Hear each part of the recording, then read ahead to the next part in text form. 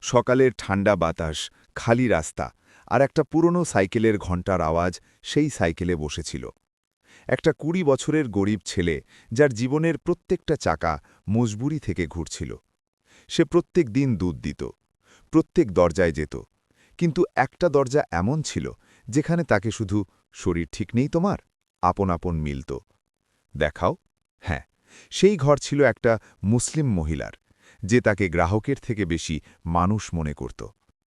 কিন্তু একদিন কিছু এমন হল যা ধর্মের দেয়াল ভেঙে দিল, মহল্লার চিন্তা বদলে দিল, আর মানুষত্বকে কাঁদতে মজবুর করল। গরিব হিন্দু ছেলে প্রত্যেক দিন দুধ দিত মুসলিম ঘরে। মহিলা একদিন যা করল, মহল্লা কেঁদে উঠল।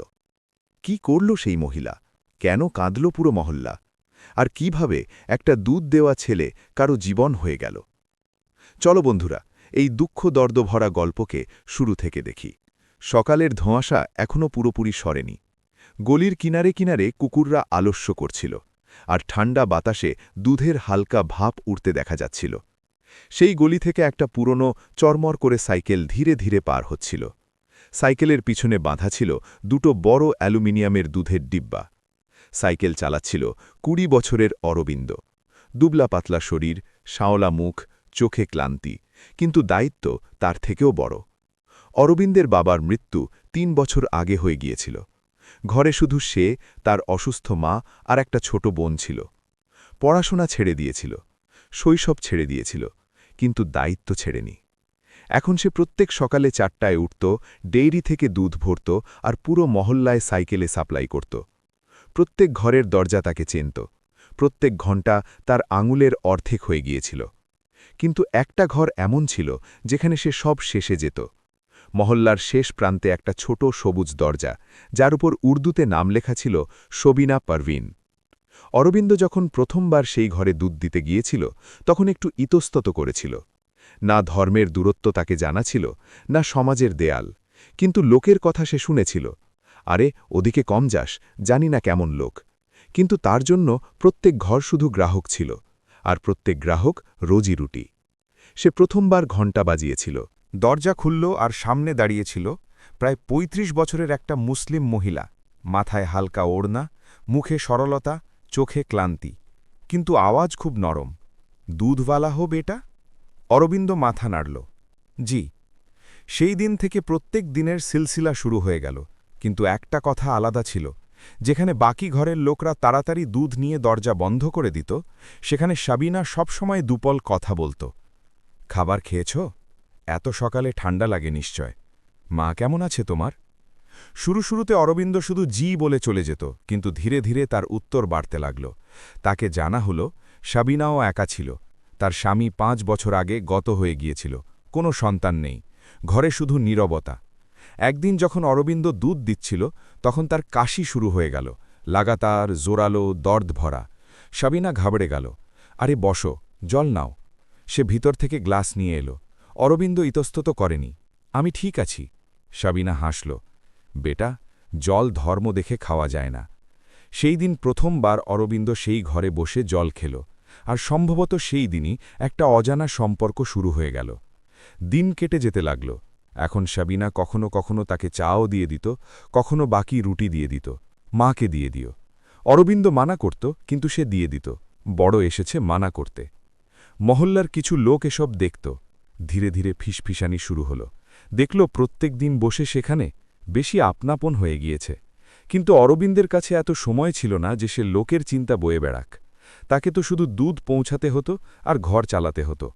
এক সকালে যখন সে সাবিনার ঘরে পৌঁছল, তখন দরজা দেরিতে খুলল। ভিতর থেকে কাশির আওয়াজ আসছিল।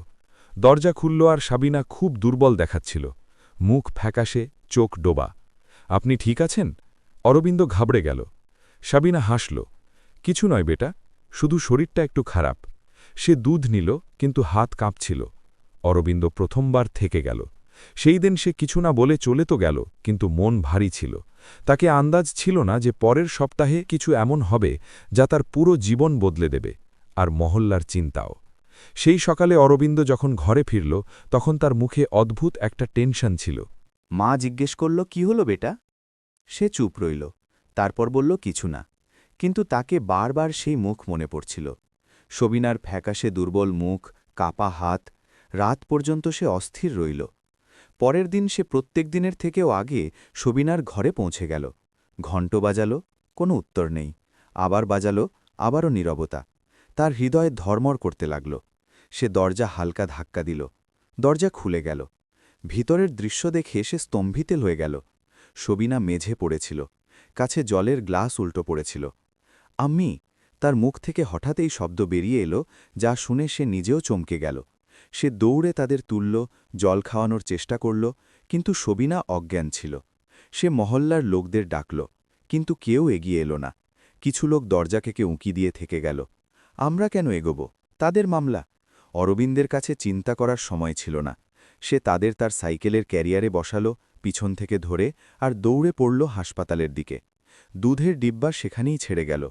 সেই দিন প্রথমবার রোজি রুটির থেকে আগে মানুষত্ব জিতে গেল।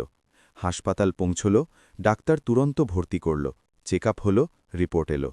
ডাক্তার গম্ভীর আওয়াজে বলল, ফুসফুসের ইনফেকশন আছে, অবস্থা বেশ খারাপ, চিকিৎসা লম্বা চলবে। অরবিন্দ জিজ্ঞেস করল, ডাক্তার সাহেব, কত খরচ হবে? ডাক্তার ফাইল দেখতে দেখতে বলল, কমপক্ষে 40,000। অরবিন্দের পায়ের নিচে জামিন সরে গেল। সে পকেট হাতড়াল। 300 টাকা ছিল। সে হাসপাতালের বাইরে বসে পড়ল, মাথা ধরে। তাকে মনে পড়ল মায়ের ওষুধ, বোনের ফি, ঘরের রেশন, আর এখন এই চিকিৎসা। তার হৃদয় ভেঙে গেল। কিন্তু পরের মুহূর্তেই তাকে সবিনার আওয়াজ মনে পড়ল, জল ধর্ম দেখে খাওয়া যায় না বেটা। সে চোখের জল মুছে উঠে দাঁড়াল। সে তার মোবাইল বেচল, পুরনো ঘড়ি বেচল, সাইকেল গিরভি রাখল, ডেয়ারিওয়ালার কাছ থেকে ধার নিল, বন্ধুদের কাছ থেকে মাগল, মহল্লায় দরজা খটখটাল। কেউ সাহায্য করল, কেউ মানা করল। কিন্তু সে হার মানেনি। 3 দিনে সে 28,000 জুটিয়ে আনল। বাকি হাসপাতালে ধারে চিকিৎসা শুরু করল। সে প্রত্যেক দিন হাসপাতাল যেত, তাদের কাছে বসত, ওষুধ খাওয়াত, খাবার নিয়ে আসত। ডাক্তারও অবাক হয়ে গিয়েছিল। একদিন নার্স জিজ্ঞেস করল, তুমি তাদের ছেলে? অরবিন্দ চুপ রইল। তারপর বলল, না, শুধু দুধ দিই। নার্সের চোখ ভরে এলো। 1 সপ্তাহ পর সবিনাকে জ্ঞান ফিরল। তিনি চোখ খুললেন আর সামনে অরবিন্দকে বসে দেখলেন। দুর্বল আওয়াজে বললেন, তো? অরবিন্দ হাসল। হ্যাঁ, দুধওয়ালা। সবিনার চোখ থেকে অশ্রু বেরিয়ে এলো। তো আমাকে হাসপাতাল? সে কিছু বলল না, শুধু মাথা ঝুঁকিয়ে নিল। সবিনা সব বুঝে গেলেন।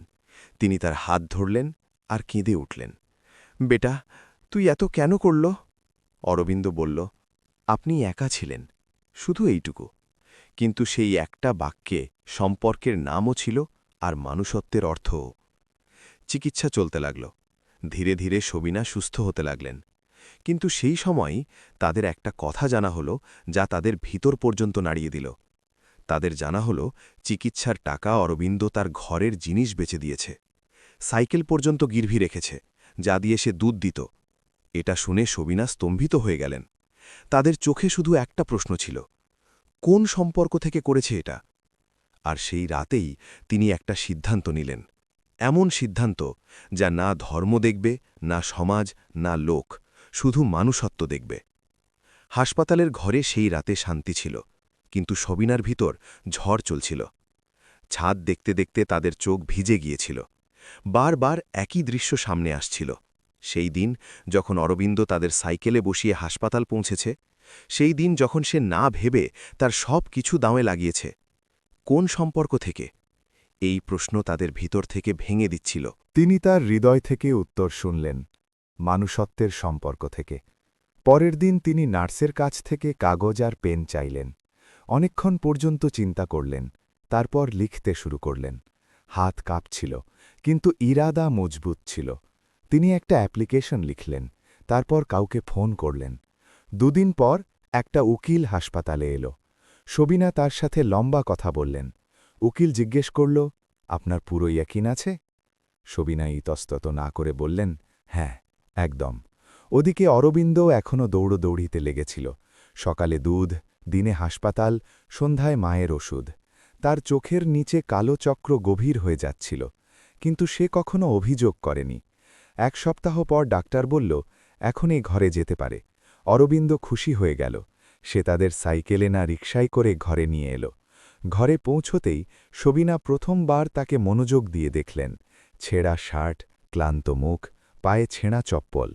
তাদের চোখ ভরে এলো। তিনি ধীরে বললেন, বেটা, বসো। অরবিন্দ ইতস্তত করে দরজাই বসল।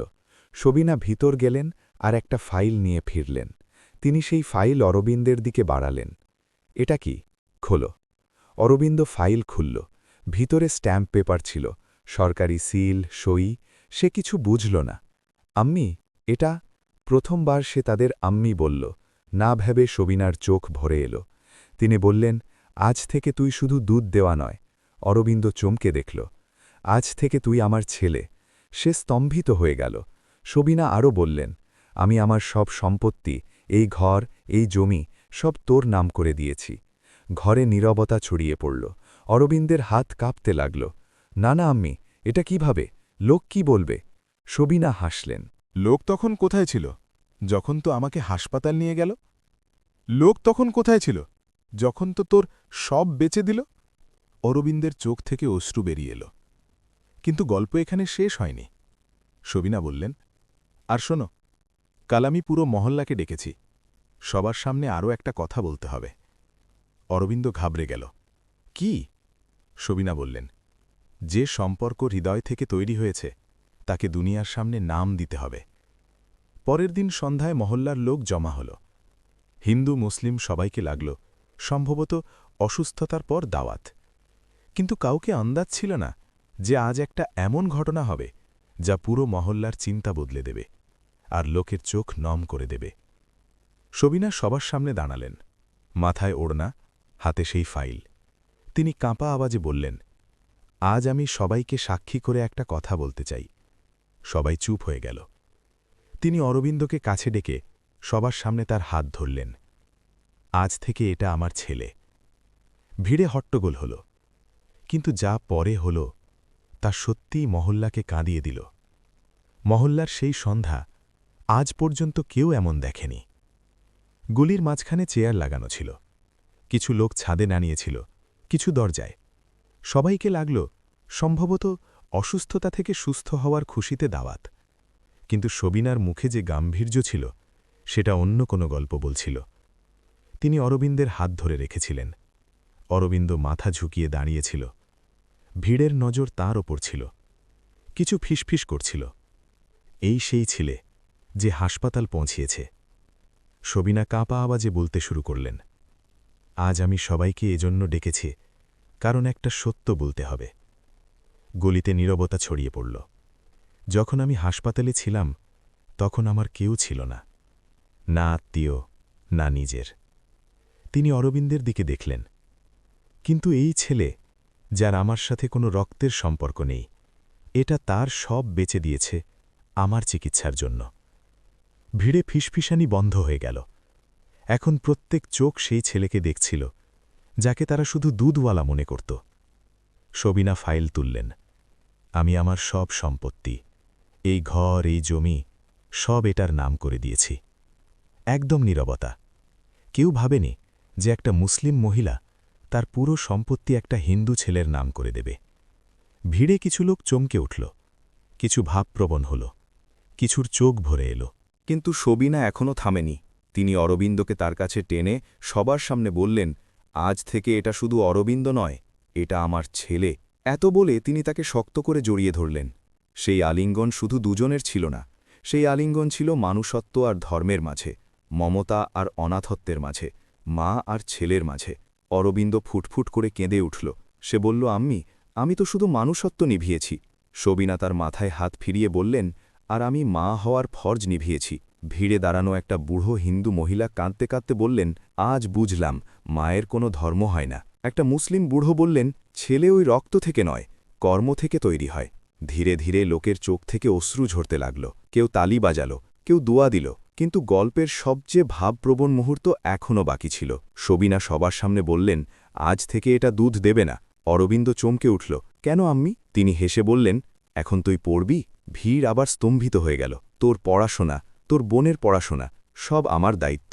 অরবিন্দের পায়ের নিচে জমিন সরে গেল। সে কাঁদতে কাঁদতে তাদের পায়ে পড়ে গেল। আম্মি, আমি কখনো মা থেকে এত পাইনি। সবিনাও কেঁদে উঠলেন, এখন পাবি। সেই দিন গলিতে শুধু একটা সম্পর্ক তৈরি হয়নি, বরং লোকের চিন্তা বদলে গিয়েছে। ধর্মের দেয়াল একটা মায়ের আঁচলে ধসে পড়েছে, কিন্তু গল্পের আসল প্রভাব এখনও বাকি ছিল, কারণ পরের দিন মহল্লায় যা হলো তা এই গল্পকে মানুষত্বের উদাহরণ বানিয়ে দিল। সেই রাতের পর মহল্লার বাতাসই বদলে গিয়েছিল। যেখানে আগে লোক ধর্ম দেখে দূরত্ব বানাত, এখন লোক মানুষত্ব দেখে কাছে আসতে লাগল। পরের সকালে যখন অরবিন্দ দুধ দিতে বেরোল, তখন তার সাইকেল ছিল না, কারণ সাইকেল তো গিরবিতে পড়েছিল সবিনার চিকিৎসার জন্য। কিন্তু সেই দিন কিছু আলাদা হলো। মহল্লার ডেইরি মালিক নিজে তার ঘরে এলো। অরবিন্দ, বাইরে আয়। সে ঘাবড়ে বাইরে এলো। বাইরে দাঁড়িয়েছিল একটা নতুন চকচকে সাইকেল, পিছনে নতুন দুধের ডিব্বা বাঁধা। অরবিন্দ স্তম্ভিত হয়ে গেল। এটা ডেইরি মালিক? হাসলেন। মহল্লার লোক মিলে দিয়েছে। তার চোখ ভরে এলো। ধীরে ধীরে আরও লোক আসতে লাগল। কেউ বোনের জন্য বই নিয়ে এলো, কেউ মায়ের জন্য ওষুধ, কেউ রেশন। যে লোক আগে ফিসফিস করত, আজ সেই সাহায্য করতে দাঁড়িয়েছিল। কিন্তু সবচেয়ে বড় মুহূর্ত সেই সন্ধ্যায় এলো। মহল্লার মসজিদ আর মন্দির দুটোর ইমাম আর পণ্ডিত একসাথে সবিনার ঘরে এলো। সবাই চমকে গেল। ইমাম সাহেব বললেন, আজ আমরা দোয়া দিতে এসেছি। পণ্ডিতজি বললেন, আর আশীর্বাদ দিতে তিনি অরবিন্দ আর সবিনা দুজনের মাথায় হাত রাখলেন। তোমরা আমাদের শিখিয়েছ যে মানুষত্ব সবচেয়ে বড় ধর্ম। কয়েক মাসেই অরবিন্দ আবার পড়াশোনা শুরু করল। সকালে দুধ, দিনে স্কুল, সন্ধ্যায় পড়াশোনা। সবিনা প্রত্যেক দিন তার জন্য খাবার বানাতেন, যেমন নিজের সন্তানের জন্য বানাতেন। প্রথমবার অরবিন্দ মা শব্দ অনুভব করল। একদিন স্কুলে ফর্ম ভরতে হল। গার্ডিয়ান নেমে সে লিখল সবিনা পারভিন। টিচার জিজ্ঞেস করলেন, এটা তোমার মা? অরবিন্দ হাসল। রক্ত থেকে নয়, হৃদয় থেকে। বছর কেটে যেতে লাগল। অরবিন্দ পড়াশোনায় নাম কমিয়ে নিল, স্কলারশিপ মিলল, কলেজ পৌঁছল। আর একদিন সে সেই মহল্লায় ফিরে এলো, কিন্তু দুধওয়ালা হয়ে নয়, বরং সরকারি অফিসার হয়ে। সেই দিন, সেই গলি, সেই সবুজ দরজা। কিন্তু এবার সাইকেল নয়, সরকারি গাড়ি থামল। অরবিন্দ নামল আর সোজা ভিতর গেল। সবিনা চারপাইয়ে বসেছিলেন। তাদের দেখতেই সে তাদের পায়ে ঝুঁকে পড়ল। আম্মি, আপনার ছেলে অফিসার হয়ে গিয়েছে। সবিনার চোখ থেকে অশ্রু বেরিয়ে এলো। তিনি বললেন, আমাকে জানা ছিল তুই অনেক বড় হবি। মহল্লার লোক জমা হয়ে গেল। সবার চোখে গর্ব ছিল। কেউ ধীরে বলল, দেখো, দুধওয়ালা অফিসার হয়ে গিয়েছে। অন্য বলল, না, মায়ের দোয়া অফিসার হয়ে গিয়েছে। সেই দিন অরবিন্দ সবার সামনে বলল, যদি সেই দিন আম্মি আমাকে ছেলে না বানাতেন, তাহলে সম্ভবত আমি আজও সাইকেল চালাচ্ছি। তারপর সে সবিনার হাত ধরে বলল, আজ যা আছি এদের কারণে আছি। মহল্লায় তালি গুঞ্জে উঠল। চোখ নম হয়ে গেল। ধর্মের দেয়াল পুরোপুরি ধসে পড়েছে। আর সেই গল্পের শেষ একটা বাক্য হয়ে রইল, রক্ত থেকে নয়, কর্ম থেকে সম্পর্ক তৈরি হয়, আর মানুষত্ব সবচেয়ে বড় ধর্ম হয়। যদি এই গল্প আপনার হৃদয়কে ছুঁয়ে থাকে, যদি আপনাকেও লাগে যে মানুষত্ব আজও জীবিত আছে, তাহলে এই ভিডিওকে লাইক অবশ্যই করুন, যাতে এমন সত্য আর হৃদয় ছোঁয়া গল্পগুলো আরও বেশি লোকের কাছে পৌঁছতে পারে। আর যদি আপনি চান যে আমরা এমনই দর্দভরা, ভাবপ্রবণ আর মানুষত্ব ভরা গল্পগুলো আপনার জন্য নিয়ে আসতে থাকি, তাহলে আমাদের চ্যানেলকে সাবস্ক্রাইব করা একদম ভুলবেন না। সাথে কমেন্ট করে অবশ্যই বলুন এই গল্পের কোন পল আপনার হৃদয়কে সবচেয়ে বেশি ছুঁয়েছে। আপনার কমেন্টই আমাদের শক্তি। আবার দেখা হবে আরও একটা সত্য আর হৃদয় ছোঁয়া গল্প নিয়ে। ধন্যবাদ।